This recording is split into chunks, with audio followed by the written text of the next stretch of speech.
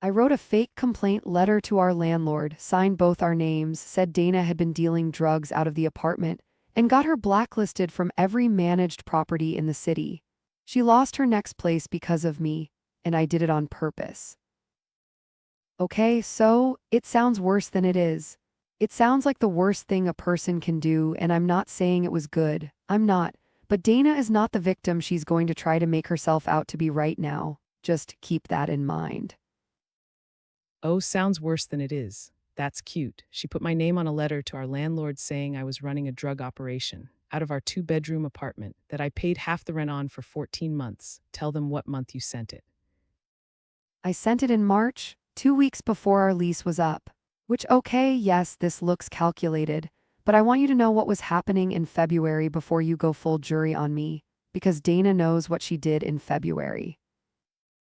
What I did in February. Wow, okay, let's do February. Tell them about the guy first, though. Tell them who Marcus is. He was someone I was seeing for almost 4 months. We were serious, or I thought we were serious, and Danny knew that. She knew exactly how I felt about him because I told her everything. I literally told her everything. She did tell me everything, including the part where they'd been broken up for 6 weeks before Marcus and I started talking. 6 weeks, she has the texts, she knows the timeline, but go ahead, make it sound like I swooped in.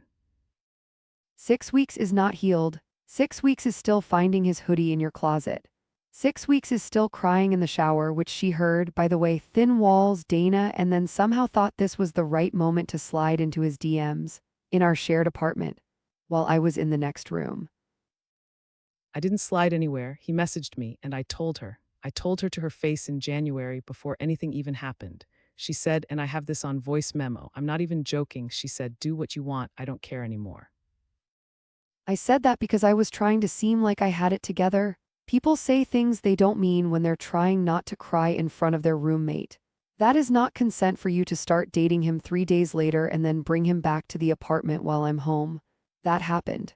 She did that.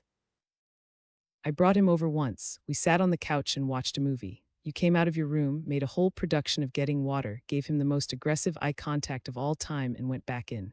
I'm sorry that hurt, but that's not a crime. It's not a crime, no, and writing the letter, I know. I know it crossed a line, I know that.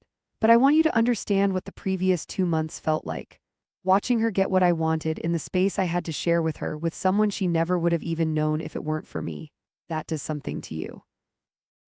It does something to you? Okay, so what it did to you was you fabricated a drug complaint, forged my signature on it, sent it to the management company, and then acted shocked when they offered to renew your lease and not mine. And then you said nothing for 3 months. I found out when I tried to rent an apartment in April and they told me I was on a flagged list. I know, that part, the 3 months, I can't defend that. I kept thinking I was going to tell you and then I didn't. Every time felt like the wrong time and then too much time had passed and I couldn't figure out how to walk it back. You couldn't figure out how to walk it back. I had to move back to my parents' house at 24 because I couldn't get approved anywhere. Do you understand that? I lost 8 months of my life because of a lie you told and then just sat on. I know what I cost you. I do. And I'm not going to say sorry like it fixes anything because it doesn't. But I also want to say that everything that happened between us before that, the way you handled Marcus, the way you just decided that do what you want was good enough, you don't get to act like you handed me a bomb and then act surprised I threw it. I handed you a bomb, she's something else. I started dating someone you broke up with and you put me on a blacklist. Those things are not in the same zip code, let alone the same category. And Marcus and I aren't even together anymore, by the way. Didn't even last 6 months. Hope it was worth it. It wasn't okay. It wasn't worth it. It didn't even feel good when it worked. I thought it would feel like something like relief or winning or I don't know, but it just felt like I'd done something I couldn't undo. And then every day after that felt like waiting for you to find out, which you did, and now here we are. Now here we are, you still haven't actually said you're sorry, just so you know. You've said I know about 12 times. That's not the same thing. I'm sorry, Dana, I mean it.